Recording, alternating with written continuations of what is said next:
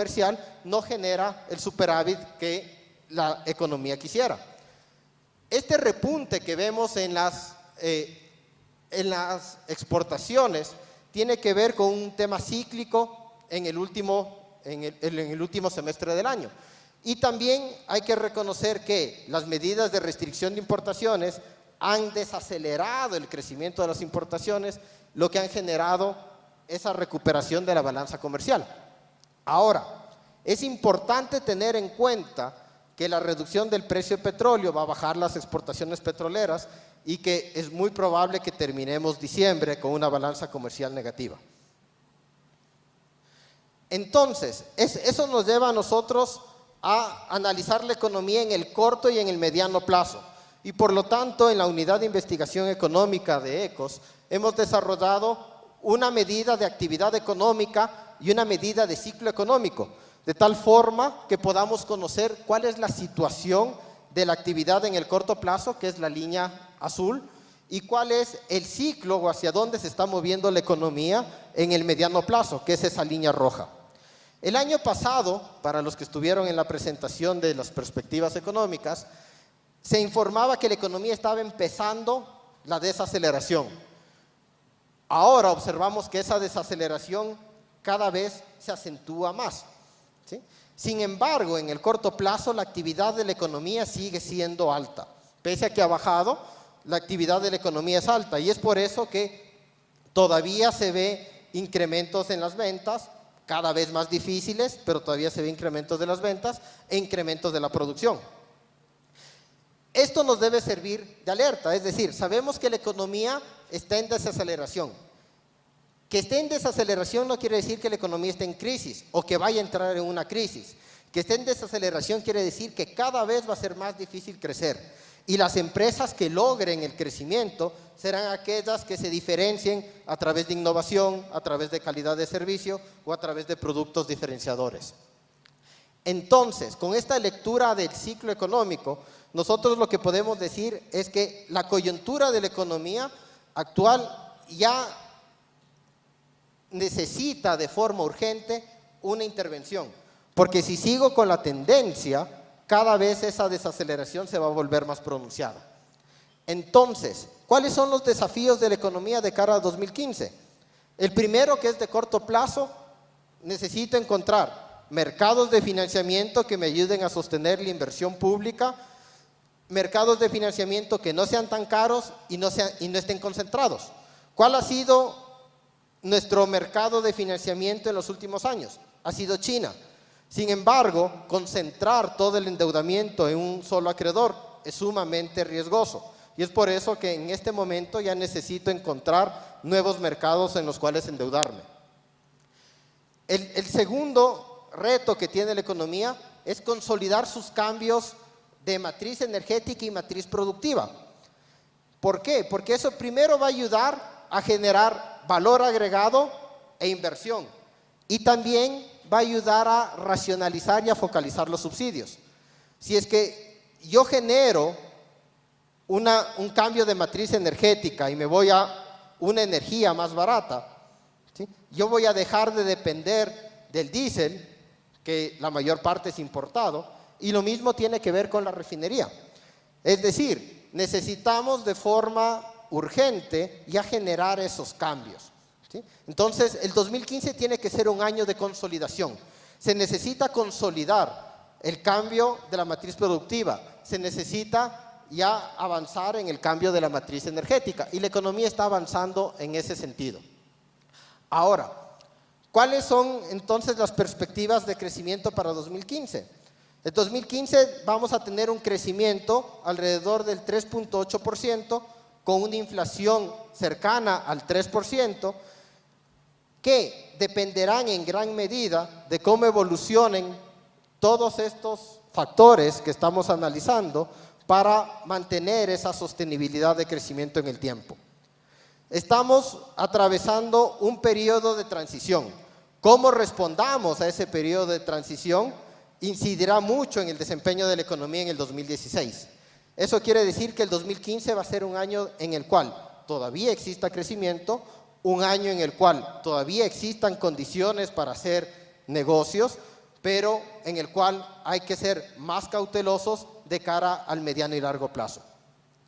Espero que esta presentación aclare muchas de las dudas de cómo está evolucionando la economía y estoy atento a cualquier pregunta que tengan al respecto. Muchas gracias. Bien, gracias Víctor. Te invitamos a pasar a la sala para hacerte un par de preguntas del público. Bien, tengo una pregunta, Víctor, para ti.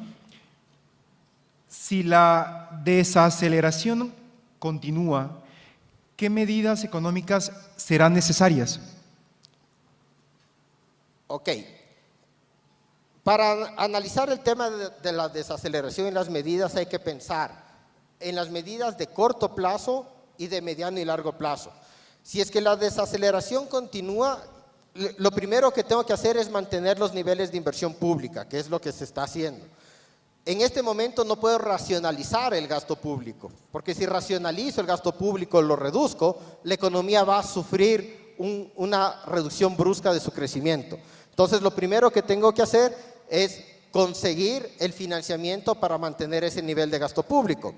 Ahora, como hemos conversado a lo largo de la mañana de hoy, es necesario incentivar la inversión privada nacional y extranjera. Para incentivar la inversión privada nacional y extranjera, que era una de las preguntas que hacían en la mañana, yo necesito primero generar las condiciones en la economía para que el inversionista genere el retorno que haga atractiva la inversión. Pero también tengo que generar las condiciones a través de transferencia tecnológica, a través de inversión y desarrollo de nuevas tecnologías, a través de innovación y a través de las condiciones tributarias y jurídicas que le permitan a la economía generar las condiciones atractivas para los inversionistas. Entonces, esas medidas son de mediano y largo plazo. Son medidas que toman tiempo en verse reflejadas. Mientras tanto, tengo que seguir con la situación productiva actual. Tengo que seguir atendiendo el sector petrolero, tengo que seguir atendiendo el sector de manufactura y tengo que ver que el sector de construcción y el sector de turismo sigan registrando los crecimientos que están observando hasta el momento.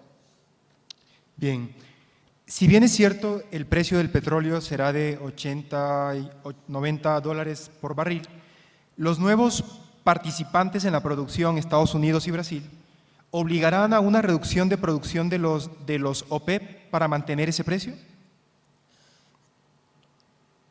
Esta es una pregunta que involucra un análisis también geopolítico, no solo económico, ya que el principal productor de petróleo después de Estados Unidos en 2015 va a ser Arabia Saudita.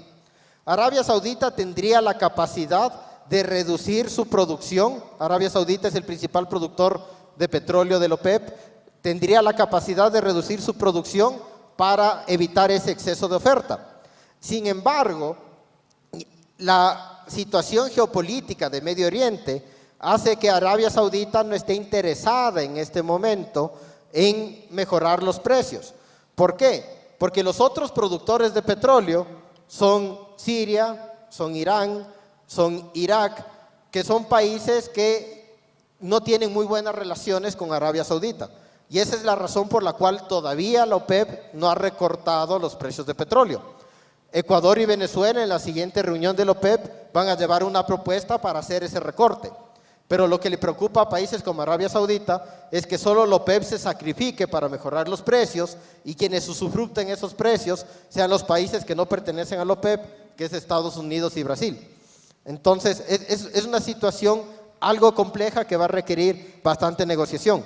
Lo que sí sabemos es que un precio de petróleo inferior a 70 dólares no es viable en este momento porque implicaría que cierren las fábricas de producción en Brasil y en Estados Unidos porque ese precio no sería viable producir.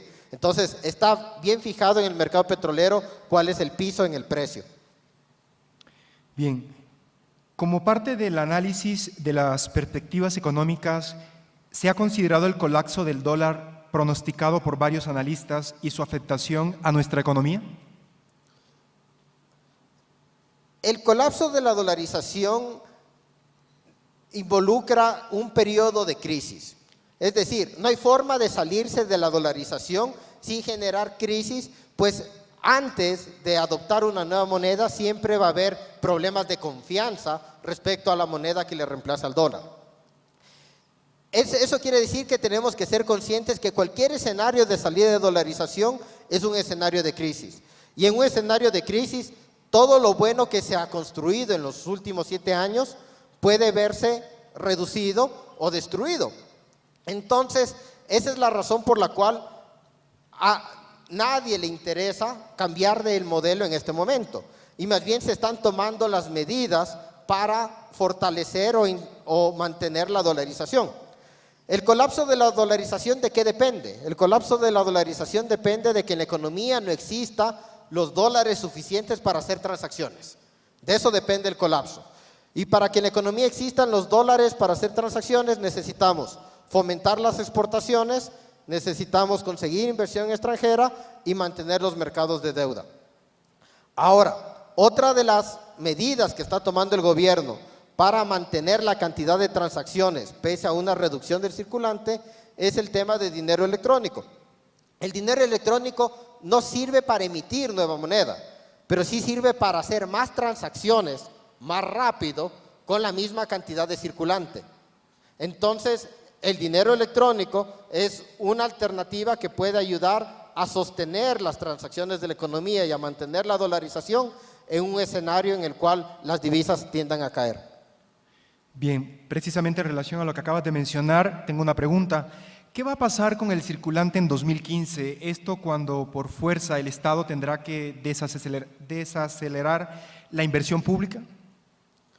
Ok, en 2015, como vimos en la gráfica, no va a haber una desaceleración de la inversión pública. Es decir, el gasto público todavía va a aumentar y todavía tenemos fuentes de financiamiento que nos permiten mantener ese nivel de gasto. La interrogante surge para 2016, 2017 respecto a la capacidad de poder mantener ese mismo nivel de gasto.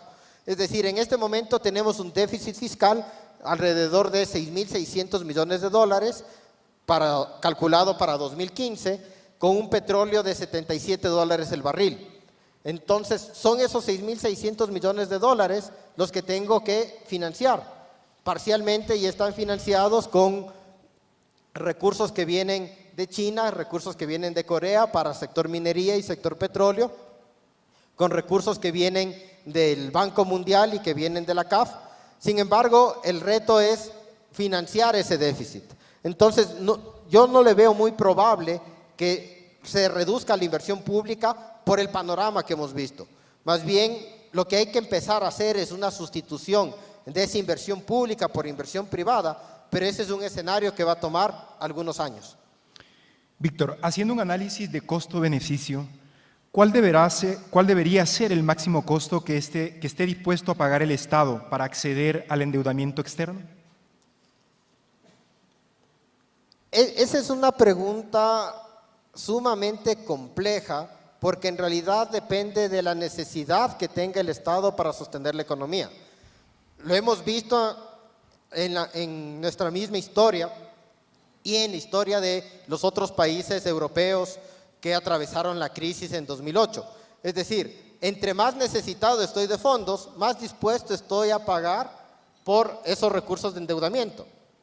En la crisis del 99, el Ecuador tuvo que negociar sus bonos de deuda a tasas superiores al 12%, lo cual alarmó posteriormente a muchos economistas. Sin embargo, los países europeos, España, Italia, Grecia, Portugal, terminaron endeudándose al 14-15% en la crisis de 2007-2008.